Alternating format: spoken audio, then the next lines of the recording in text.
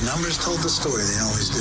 It's one of those idiots who believe in analytics. This is a numbers game with Gill Alexander on VSiN. Good Tuesday morning. Tune is a numbers game at VSiN, the sports betting network, VSiN.com, Game Plus, iHeartRadio, YouTube TV, and of course, Sirius XM channel 158. It's Gill Alexander. This is Kelly Bidlin, everybody. Producer number 9 with the old two finger. Sometimes it's a full wave. Sometimes just the deuces. I like it. Packed show today. And maybe an opportunity, Kelly, to talk about other things besides football, catching the world up, including perhaps ourselves, about other things that are happening in the world of sports and sports betting. Al Bernstein will join us along those lines because there's a big fight this weekend. Light heavyweight championship of the world between David El Monstro Benavides. That's the monster for those of you scoring at home. Someone did their prep work. No, I just know that part because I think Tyson gave him that nickname. Is the Mexican monster. Okay, that's pretty cool. Yeah. If Mike Tyson gives you a nickname, yeah, that's sticking. And then that's against Morrell. So Al Bernstein, the Hall of Fame boxing announcer, will join us a little later to talk about that. Mike Samich, Samobami, Super Bowl and beyond. Will Hill with his Super Bowl bets and beyond. We will talk Super Bowl MVP. Drew Dinsick on championship round gone by. Super Bowl 59 and the NBA as well from Drew. We got to get caught up on the whole Jimmy Butler Michugas as well. That's going on in Miami. You had a good night in the NBA, right? A lot went your way. Oh man, yeah. One of those kind of lucky nights. We always say, hey, you're going to complain about the bad beats, so recognize when you get a little lucky. I mean, I did have the Clippers last night. They came up a couple points short, but it was. I mean, if anybody watched the end of the Lakers-Hornets game, like I ended up on the Hornets plus 5.5. Lakers won by 5. There was just a ridiculous series where they were Hornets were shooting free throws near the end of the game. I was going nuts because the Timberwolves looked like they were going to cover the entire time. The 7 that I was laying with that team looked like they were going to cover the entire time till about the final minute, where team ahead lets up, Hawks get a couple easy buckets, I'm pulling my hair out. Plinko. Well, because you're like, I'm worried about a point spread. These players aren't worried about a point spread. And then it's Wolves up 6, Rudy Gobert at the line. Oh. And there's like 30 seconds left. And I'm like, oh gosh, Rudy, just make one. Just make one. I'll take a push and be happy, right? Clank. Hawks get the ball, inbound the ball. They're down 6. Lose the ball, turn the ball over. The Wolves do the whole, we have the easy fast break, could lay it in any second, but no, we're going to pull the ball out. We're going to run the clock out because it's under 24 seconds. We can easily run this out. And the ball gets passed around enough, Gill, that it ends up in Rudy Gobert's hands again. And he goes, well, I'm just going to dunk it since I missed those 2 free throws. And you cover it. So I covered it because of Rudy Gobert dunking out of spite for missing free throws. Well, sometimes you got to get lucky with this stuff. Another amazing college basketball finish. I briefly alluded to this yesterday when Fezzik was here about how the Kansas-Houston game this weekend, and I really didn't even do it justice, right? The Kansas-Houston game, I talked about the finish. Houston had a 0.4% win probability. So it was, 0.04%. Actually, it was 0.4 or 0.04. Maybe it was 0.4%. Yeah, 0.4%. So you're telling me there's a chance. Houston was down 6 in regulation. They, as part of their comeback in the last minute or so, it involved a 5-second violation and then a bad foul. And anyway, they got to overtime. They were down 6, Houston was, with less than 20 seconds left. First of all, Kansas was at the line shooting 2 up 6. I failed to mention that part, right? They missed both free throws. Good free throw shooter, too. Houston hits a 3 with about 13 seconds left.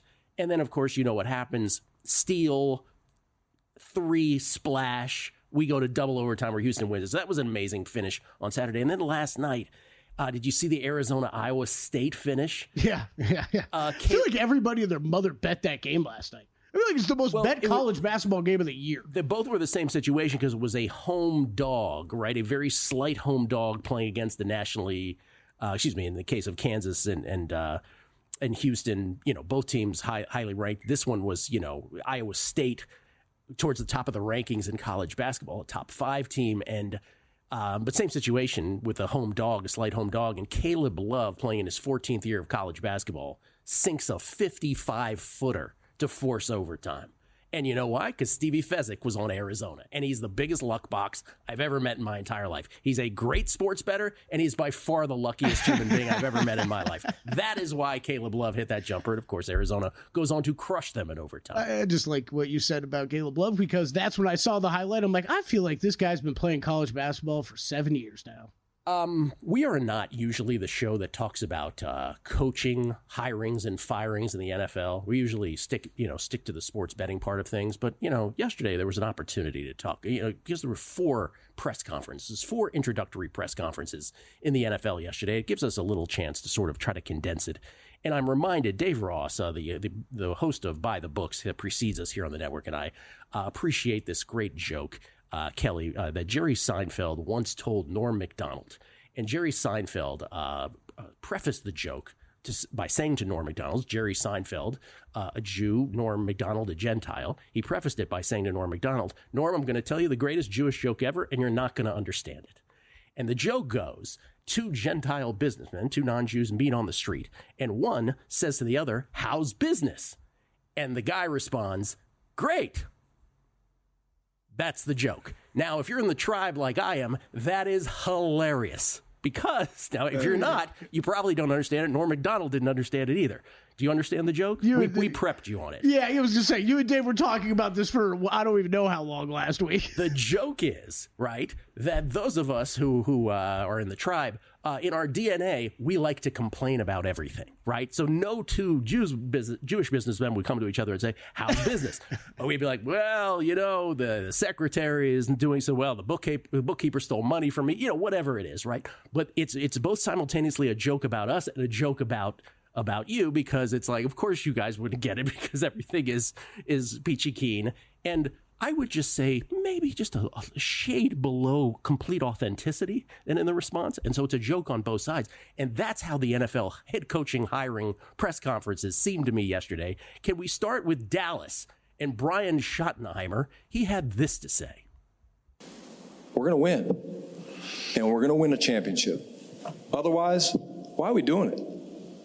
Okay, that was also buttressed by Stephen Jones, Jerry's son, who, of course, is in Dallas front office and probably own the team one day, saying, our drought, using air quotes. Well, you haven't reached the NFC Championship since after the 1995 season when you won the Super Bowl. That's the longest streak not being in a championship game in the entire NFC, now that Washington got to it this year. And so I just find Brian Schottenheimer, who last week when I was on the show, I said if they end up hiring Brian Schottenheimer, what did I say? This is basically Jerry Jones saying to the Dallas Cowboy fan base, yeah, I don't care anymore. We're just going to ride it through. It's all about me. And I'm going to put anybody I want as a head coach. And that's kind of the message it sent. For Brian Schottenheimer to come out there and be like, yeah, we're going to win the championship. Otherwise, why are we doing it? You're not. You're just not. Stop it. It's just, we've gotten so far past the day of being able to say stuff like this and people not have the immediate reaction of like, all right, bro, sure, bro, you got it. How's business? Great. This is, look, have people overcome press conferences before? Dan Campbell did with biting the knees. It's gone pretty well for him. Let's just say Jim Zorn and the Maroon and Black, when he was hired by Washington, didn't go over so well, and we knew it was doomed from the beginning. This is Aaron Glenn being introduced as the New York Jets' new head coach. Players that's here now, put your seatbelts on and get ready for the ride. Put your seatbelts on and get ready for the ride. Listen, there are going to be some challenges, but with challenges becomes opportunity, gets opportunity. But here's what I do know. We're the freaking New York Jets, so we're built for this. Yeah, you are. Yeah, you are, Aaron Glenn. Listen, I want this job. I interviewed for a number of them, but I wanted this job. Yeah, you're the freaking New York Jets, all right. We're built for this blank.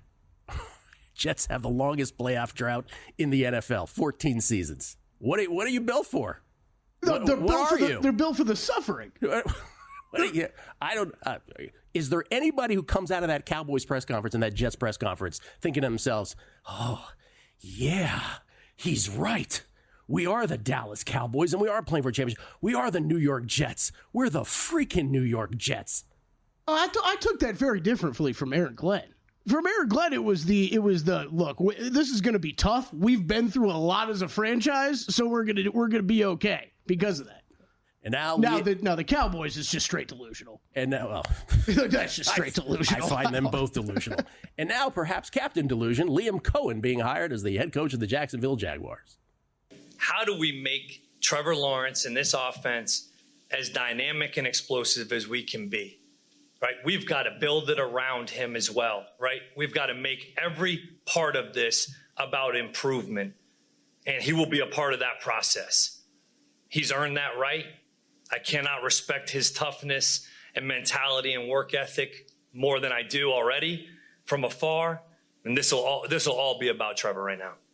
Well, more famously, what Liam did yesterday is he said, you ready? Quote, Duval. Yeah, but I guess that's just how he started it, the press conference. I have no idea. Duval. It was great. It was awesome. By the way, they're 5-18, their last 23, tied for the worst record in the NFL since week 13 of 2023. He's gone from the Rams to Kentucky to the Rams to Kentucky, now to Jacksonville only because Trent Baalke resigned. And finally, Pete Carroll with the Las Vegas Raiders. With our guys, I know that we have a good draw for people from out of town. There you go. That's what I'm talking about. Hey, Mark, settle down a little bit. That's a joke about Mark Davis, the owner, when in fact it was Marshawn Lynch who screamed the Raiders, interrupting Pete Carroll's press conference. Until you have a quarterback, you're nothing. And oh, by the way, Raiders, you have the second worst win percentage in the NFL over the last 20 seasons, 367. Since getting to the Super Bowl after the 2002 season with our own Rich Gannon, you haven't won a single playoff game and have only been to the playoffs twice. You have no quarterback. What is the saddest situation of all those teams? Well, it's always going to be Jacksonville, but they're all sad. Again, how's business? It's great. We'll come back. Drew Dinsick on the NBA and NFL next. It's a numbers game at VSiN, the Sports Betting Network.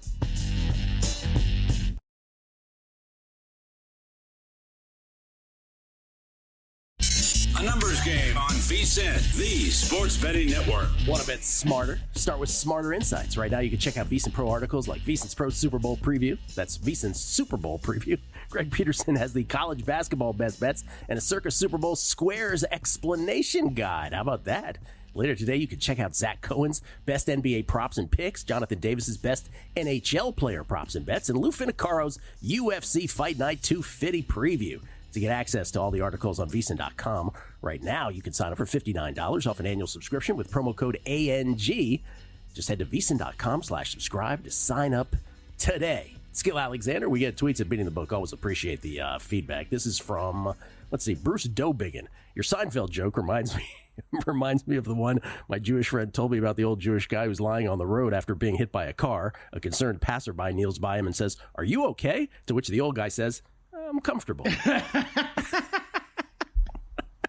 Ryan Thompson, appreciate Gill censoring himself in the first segment by saying blank. I guess he only goes blue after hours on the Megapod. Yes, that's true. Yes. Yes. Yes.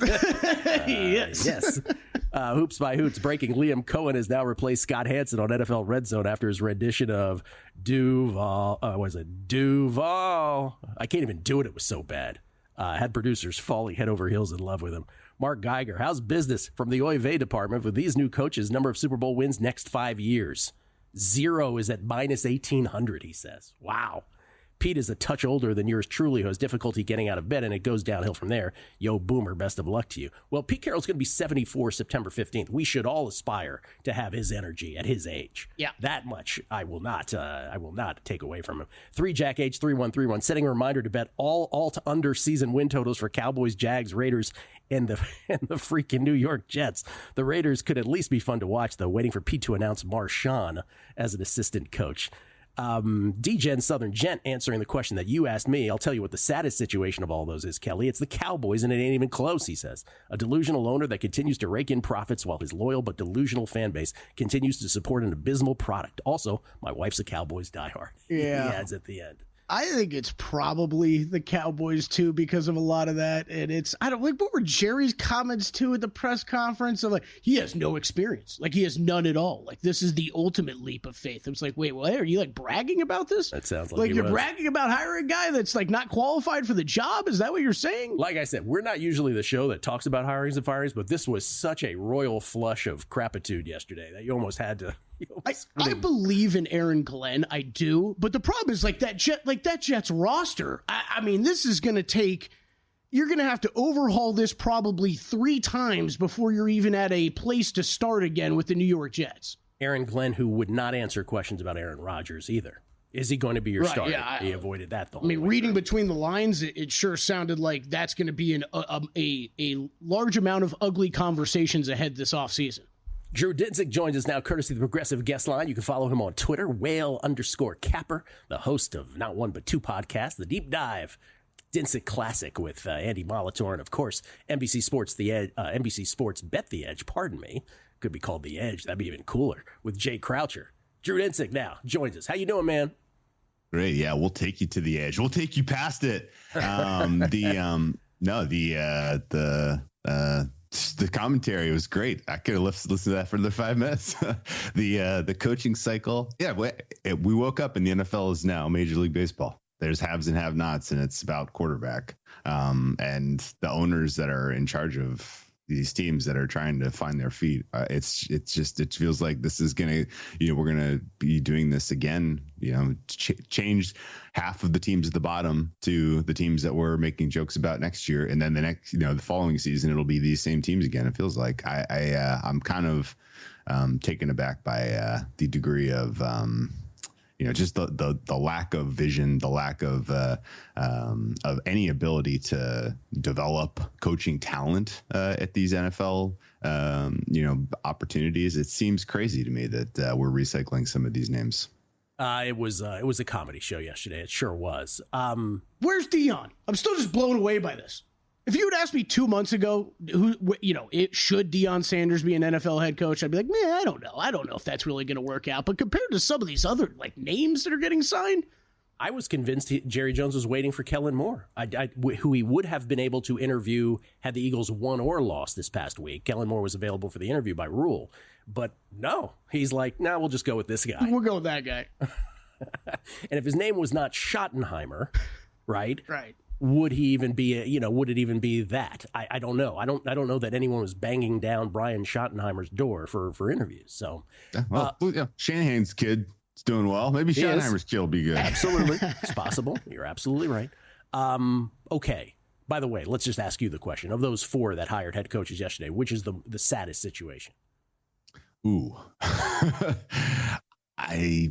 It's probably the Raiders and everybody's Pete got a different Carroll. answer. Yeah.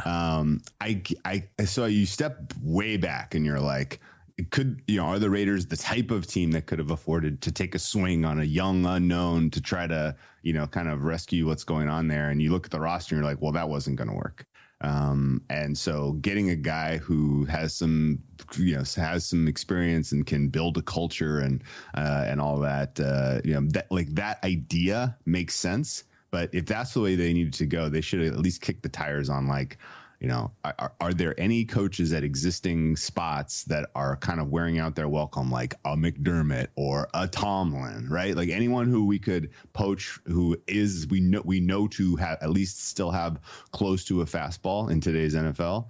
And instead they went with Pete Carroll, and I don't want to get super weird, but Pete Carroll is known for a very laissez-faire type of program that he likes to build. And now you're bringing young men into the desert and you're going to put them in a Pete Carroll type of system. It's a little oil and water, in my opinion, as far as building a culture. I think ultimately all of these teams, all of these kind of floundering franchises, the only thing that matters is find your Jaden Daniels. Yes. Right. Yes. Get the right quarterback, and 20 years of sins get wiped away in one season. Right. That's all it takes. Yeah. Now this year, is anyone who is drafting a quarterback going to find that guy? Probably not, but you never know. And I think the general kind of, the lack of anything that constitutes kind of good kind of long-term building is really the thing that makes me the most frustrated here. Cause there was a lot of good football this year, but it was the teams that we knew were going to be good and that have established quarterbacks and, were playing each other, and it was rare. And there was a lot of bad football this year, and sort of the gulf between the good and the bad has never been broader.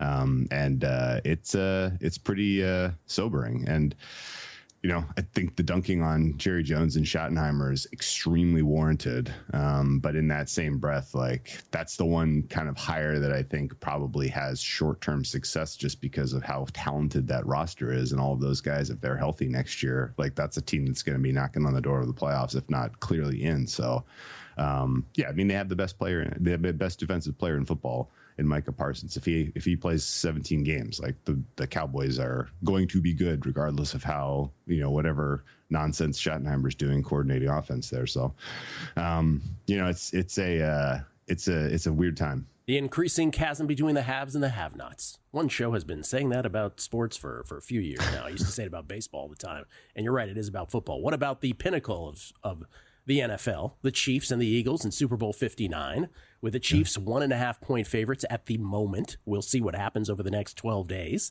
Did you make a bet already? I did. And funny enough, I pulled up my preseason numbers just out of curiosity.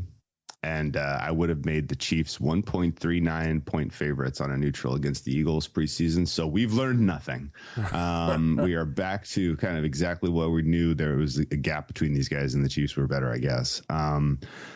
As I kind of look at the game, what is hidden in sort of the awe of Mahomes here again is that the Chiefs defense is, I think, a little smoke and mirrors right now. They succeeded certainly against CJ Stroud and the Texans by ramping up the pressure when the moment was right. That was brilliant. They succeeded against the Bills, I think largely because the Bills sort of just kind of lost their cool. Allen in particular, I didn't think played a good game at all. Brady could have tacked into more Cook, and it would have been more successful, I think. And I know it was a close victory, but I don't think the score really belied how big the gap was there. But the run defense for the Chiefs got pretty exposed now 2 weeks in a row. And now they're taking on Saquon Barkley. I think that there is a very real world where this is just the Barkley show, and he runs away with MVP, and this is his kind of Hall of Fame moment after not going for the record in Week 18. So I played some Eagles money line plus 116. I think it's a pretty weak angle. I think pretty much this market looks exactly, pretty correct. And really, it just comes down to if the Chiefs' run defense is if that's the same unit we saw against the Bills and the Texans, then the Eagles are going to be able to put some serious pain on them on the ground. I like the honesty, though. It's a pretty weak angle, but here you go. Here's my bet. Eagles on the money line for Drew Dinsick. More on the Super Bowl, NBA, Australian Open thoughts. Drew Dinsick joining us on a numbers game right here at VSiN. A numbers game on VSiN, the sports betting network. Ready to take your tailgate to the next level? You got to try Sewell's barbecue sauce. Born from a backyard cookout in a mason jar of unforgettable flavors, Sewell's has become a Southern favorite, delighting taste buds from Georgia to the Carolinas. From smoky ribs and mouth-watering wings to the perfect backyard burger, man. Sewell's turns every bite into a flavor-packed experience. Order now at SewellsBarbecueSauce.com. That's SEWELLS BBQ sauce.com. Flavor this good. It's just a click away. By the way, the reason I don't spell sauce is because in the read, it just tells me not to spell sauce, which is why I think it's pretty amusing. Don't spell sauce. People know how to spell. We get tweets at Beating the Book. This is from C. Spackler at Expert. He says, enjoying the crapitude replays and confusing ethnic humor today. We need more cowbell. I enjoyed it quite myself. Rick Ollier, has Pete Carroll moved into your building yet? And if so, have you introduced him to Delicious? Hashtag let's ride. Shooter McGamlin. Gill, I was hoping Fezzik would have touched on this yesterday, but I would love to hear yours and Drew's opinion on going for 2 down by 5. I thought the Bills should have went for it even before the penalty. The guys I was watching with did not. The Bills down 5. Was that the 21-16? Was that the 21-16? I'm trying to think what the score was, and where the penalty put them at the 1 yard line, if I'm not mistaken. And then they went. Yeah, I think when you go to the 1 yard line, if I'm thinking about the right thing. Oh yeah. You absolutely go for it at that point. Especially when you have a Josh Allen on your team. But as Tony Romo, I make fun of Tony Romo a lot with all of his comments. I think we'd probably go for it here, Jim, on the 4th and 5 at the end. Yeah, no, Tony, we get it. He was all over the scouting report that the Chiefs were all over the fact that Josh Allen on the sneak goes over left guard. So shout out to Romo on that. Dave Ross who hosts the show before us by the books, rushed back to my car to listen to Gill and Kelly talk Dallas Cowboys. Had no idea Gill would use this classic joke to describe the Cowboys coaching sitch, but man, did he nail this joke. Jerry Seinfeld, it still kills me that you told Norm he wouldn't get the joke. Drew Dinsick joins us once again to discuss multiple sports. Real quick before we move on, anything else in Super Bowl 59 that you're, let's say, anticipating with props that you're ready to pounce on if it comes up a certain way? Anything? Yeah, I mean, I think if you're not trying to get $100,000 down on a side and you just want to bet, I personally think Eagles money line is highly correlated with Barkley MVP. I found some 3-1 out there yesterday. I think there is a very, very high likelihood that if the game state comes about that allows the Eagles to get this across the line, it's because Barkley has a couple of home run plays. And, he specifically is the type of player that is boom or bust to the degree that it makes sense to swing in this market. Like if he busts, the Eagles are not winning. And so forget about any of the other names that are Eagles. And if he booms, then he becomes the easiest decision if the Eagles win. So, you have 250 up right now. I think fair price is closer to 180 in my opinion. And I think he makes up something like 75 to 80% of the equity for the Eagles. Yeah, Patrick Mahomes, the short shot to win Super Bowl MVP, plus 105, followed by Saquon at plus 250, the shortest Eagle on the board. Mahomes, by the way, in addition to the Chiefs trying to become the first team to win 3 consecutive Super Bowls in the Super Bowl era, Mahomes trying to become the first player to win 3 consecutive Super Bowl MVP trophies as well. Only 3 have won back-to-backs. Bradshaw, Bart Starr, Terry Bradshaw, and Patrick Mahomes. Mahomes trying to be the first to do 3 in a row. Not Brady, not Montana. None of those guys won 2. Oh man, all that does is make me nervous. Like, is there are we going to have a fatigue or something from Mahomes voting or something? And we're going to look for any other reason to find another chief to give it to if they win. The only reason Drew is patiently waiting. The only reason I don't do the fatigue thing during the Super Bowl is because they're voting on it on the fly. And so because they're voting it on the fly, I don't think they process that. They should have less time to think about stuff like that and dwell on it. To Mahomes, right? That kind I think that makes sense. Yeah. And who was the running back? Was it Damian Williams, Drew? That one year where like Mahomes had no business winning it, and they gave it to him anyway. So yeah, I mean that was his crowning. That was his he's arrived moment. I remember betting a lot live market on MVP Mahomes that year. As they were down 11, because at that point it's the same sort of calculus, right? Like either the Chiefs just lose this game or Mahomes brings them back. And at which point, like, he's clearly the MVP, and the money line and the Mahomes MVP were disconnected because he had been playing poorly to that point. I would say the same thing applies in this game regardless, which is if you like the Chiefs in this game and you want skin in the MVP market, I would just wait for a time in the game where the Chiefs are losing. The Chiefs play close games. I don't know if you've watched the Chiefs much, but they do not run away and hide when they're playing good teams. Could you check on that, Kelly, if that checks out? They tend to try to extract the they pick up the nickels, and they just are cool enough and calm enough to be the team that is executing at the highest level at the end of the games. Like when the 4th and 5 was incomplete to Kincaid, which again was an amazing play by Allen. I cannot believe he saw him. Can't believe he got the ball in his area code. I don't blame Kincaid for dropping it. I thought that was a 50-50 ball. That ball hits the ground and you're like, oh yeah, the game's over. Like the chances that the Chiefs don't have the plays in the playbook to get the first downs they need to put this thing away with kneel downs, I think is very low. And, like if you have that, that type of, if you have that type of bag in your game, then, it becomes, you win these types of games. And so I guess I would be happy to write Mahomes MVP tickets pre-game if I was a bookmaker at plus 105. I think there is certainly a world where there's a fatigue vote.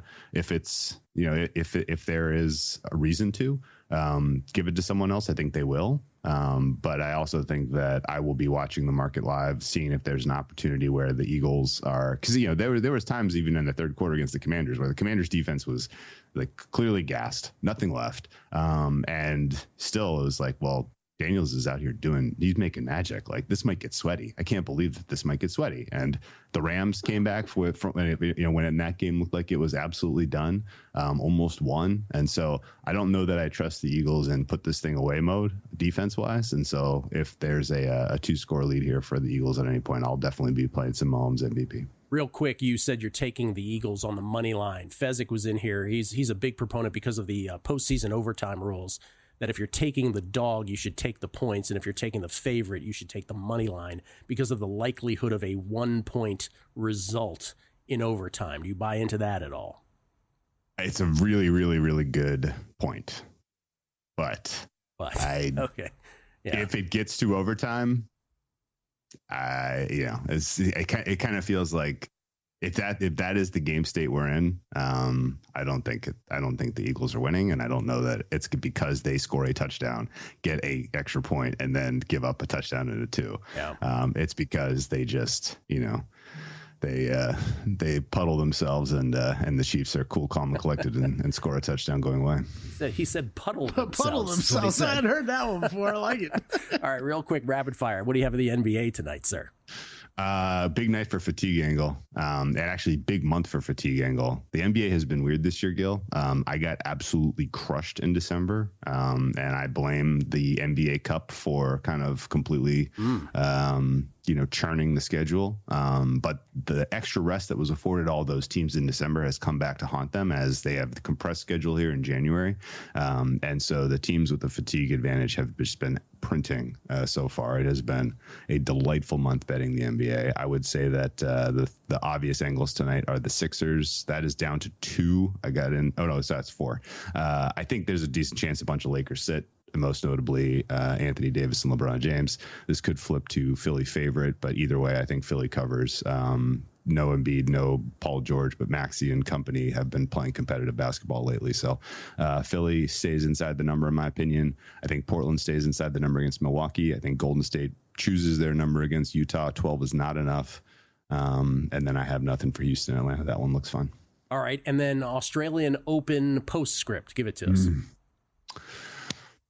Madison Keys will be the number one takeaway from this entire tennis season after what happened at the Australian Open. I kind of had lost any kind of belief that in her age 30 season, she was going to really threaten to take a title at a slam. I knew that a deep run was possible, considering that she has a specific game at this level that is just extremely high ceiling. The fact that she was able to rein that game in the absolute key moments, particularly against in the third set against Iga, was unbelievable. I could not believe that she broke back instead of walking that out 7-5 and saying, well, I got it to the semifinal. That's cool. No, she fought back, and she was elite service in that tiebreak as well. Still can't believe it. And then her final performance against Sabalenka was just phenomenal. She, like, the tactical aspects of it, the execution, it was all just 10 out of 10. Amazing tennis.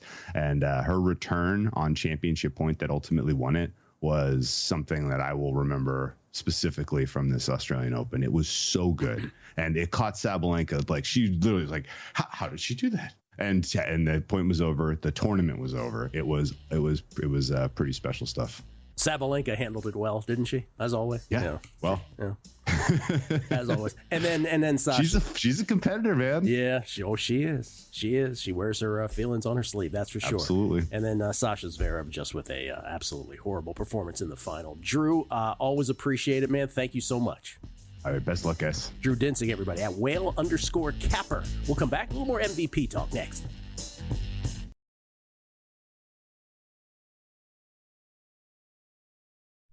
A numbers game on VSiN, the Sports Betting Network. VSiN, the Sports Betting Network, now live 24/7 on SiriusXM Channel 158. Have you heard? Whether you're at home, on the road, or on the go, now there's more ways than ever to tune into VSiN. Stream us live on VSiN.com, the VSiN Watch app, YouTube TV, iHeartRadio, Fire TV, Roku, and now SiriusXM Channel 158. Look at that. No excuses anymore, people. Right. My buddies are like, how do I listen to you? For like years, I was like, so we're on YouTube TV. They like look at me blank. We're on iHeartRadio. If you happen to know what your local iHeart sports station is. That's right. Yeah. But now Sirius XM 158, they get it. They get it very good. Before we get to the MVP talk again, can I ask you a couple NBA questions, Sure. sir? Because you are Mr. NBA. No, you're not, but you're close to being Mr. NBA. Amen Thompson and the Rockets. Yep. Who have this dramatic win against the Celtics last night. Amen Thompson. That was the one I left out of the first segment, by the way. I was on the Rockets, too. Oh, yeah. Catching 5.5, but you know what we say about overtime and underdogs. So yeah, hitting the game-winning buzzer beater was big. A Euro step fade job to beat the Celtics. He's amazing. Both the Thompson brothers are. How do you pronounce it? Asar is the other one? Yeah. Asar? Yeah. Asar like, Thompson. as soon Plays as for the they, Pistons. Yeah. As soon as they dial in their jump shots, like, watch out, because these guys are both athletic monsters, and on the defensive side are just incredible. Amen dropped 33 last night. Dylan Brooks, I think, had 36 in the Rockets win. He's like 10 for 16 from three. 10 Dylan for 15, Brooks. I believe. Yeah, something like crazy, that. Man. But the question is, are the Rockets a legitimate contender to win? Forget the NBA title for a second. Let's just say the conference. Let's start there. Okay, so legitimate meaning, can they get to the conference title and have a puncher's chance? Yeah. Yes, they are. They are that good defensively. They are a very good defensive team. Ime Udoka, I still think, is one of the better head coaches in the NBA. That was my next question. Is he the coach of the year favorite to you? No. The coaching jobs done in Cleveland and Detroit, I think, would start there. But Ime Udoka taking a team from that mediocrity level or pretty good to legit contender in the Western Conference like we're talking about is a very big deal. And I think last night that was on full display, especially with what that game meant to Ime in Boston. If he was Ime Ubidlin and didn't have his past off the court stuff, would he be your coach of the year? No. Would voters be more likely to vote him coach of the year? Is what I guess I'm asking. I think their bigger jump would have come last year. I think that would have been more applicable for the conversation a year ago. What Kenny Atkinson's doing in Cleveland and bringing that Cavs team to a next level, he's the favorite, and for good reason. Especially because he was like coveted for so long. But I know where you're getting at. Is Ime Udoka in the top third of coaches that I trust in this league? Without a doubt, he's probably a top 5 coach from that perspective. Here's my other question, and I think this goes along the lines of what we started with on the show, which is this gives us a chance to sort of catch up on things. So there's a lot of people, because we're so football immersed, we sort of hear other things in other sports, but we don't really get to the nitty gritty of it. This Jimmy Butler stuff in Miami. So Jimmy Butler has a history. His NBA career is just as great as he is. Playoff Jimmy, of course, being the most famous thing about Jimmy Butler. Taking 2 teams, I believe, to the NBA championship, if I'm not mistaken. It also has been marred, if I can use that word, by quick adversarial exits from the teams he's played for, beginning with the Chicago Bulls, who he started his career with. Then he played like just over a season with the Minnesota Timberwolves. He played, 50-some games with the Philadelphia 76ers. They were a good 50-some games. But the Sixers broke up my favorite Sixers iteration of all. Right, that team that had the shooters. Covington was traded for him. Dario Saric, all these guys. So he plays very little in Philly. That was the Raptors team that ended up winning the title that beat them in the playoffs. And then he goes and plays in Miami. Now this is the perfect marriage, right? Jimmy Butler and the Miami Heat way, if you will, perfect brand symmetry right there, or not symmetry, but just sort of it coalesces beautifully. And now he's desperate to get out of Miami. He's been suspended not once, not twice, but now 3 times. The latest for just walking out of practice yesterday when he found out, or the day before when he found out he wasn't going to start. Mm-hmm. Why did he become so sour, and where does he end up? Yeah, I think you're dealing with, I think the biggest part of this story is that you're dealing with 2 massive, massive egos with him and Pat Riley. Whatever we talked about Jimmy Butler, he's an incredible player. What he does effort-wise on the court, off the court, where you hear teammates speak about him, he's always been a respected guy from the teammate side of things, but he's known to lash out. He's a guy that everywhere he's been, he's going to have critiques along the way. He's going to be vocal about them. And what we've seen, I feel like part of the blowback that I've heard as an NBA guy, the anti-NBA stance for so many years now has been these stars get whatever they want and it's ridiculous. And he will. And Pat Riley has been sitting up there for months now in the front office saying, I am not giving Jimmy Butler whatever he wants unless we're going to get fair return on the value of him as a player. And right now, the NBA landscape, there is not really fair value for the return on Jimmy Butler. In my opinion, I think there's also, this is how I jokingly talk about the Jimmy Butler situation. It's also from the other team's perspectives out there that might be interested. Of course, they know all this stuff about it. The past. It's all the past. And then it's, Yeah. hey, Gill, I got a 35-year-old wing player that can't shoot a three. Are you interested? Yeah, but then there's playoff Jimmy. Then there's playoff Jimmy. So you have to sell a team on playoff Jimmy. And right now it just looks like the Bulls, Suns, and Heat might all just trade each other. They're disgruntled players, and Bulls, none of them are Suns, going to make and a difference. Well, the thing is he wants out. He will get out. He will succeed in that way. He's going to get traded. The Heat are actively trying to trade him. Now, will he end up in Phoenix where he really wants to go? The answer to that might be no, because the Suns' contracts with these players are terrible. They're the worst contracts in the league. So Pat Riley may make his stand on that at least. And Bradley Beal's going to be the guy who holds a lot of this stuff up because he has the no trade clause. Phoenix wants to get rid of him, but he has a no trade clause, so he gets to pick basically where he goes. Where do you think Butler ends up? And does it? And is there an answer to this question where it moves the needle on championship? He wants Phoenix so bad, so I think Phoenix, and considering Phoenix wants to get rid of Beal, I think that in all likelihood he does end up there. But we got this second apron stuff going on with the NBA salary cap. Now that is a big deal too, Gil, because literally these teams are just restricted more on how to make these trades. So I think I am not completely sold that Jimmy Butler will be gone, because I think Pat Riley is petty enough too that he will say, I'm going to keep suspending you until you show up and be a real basketball player. Both children.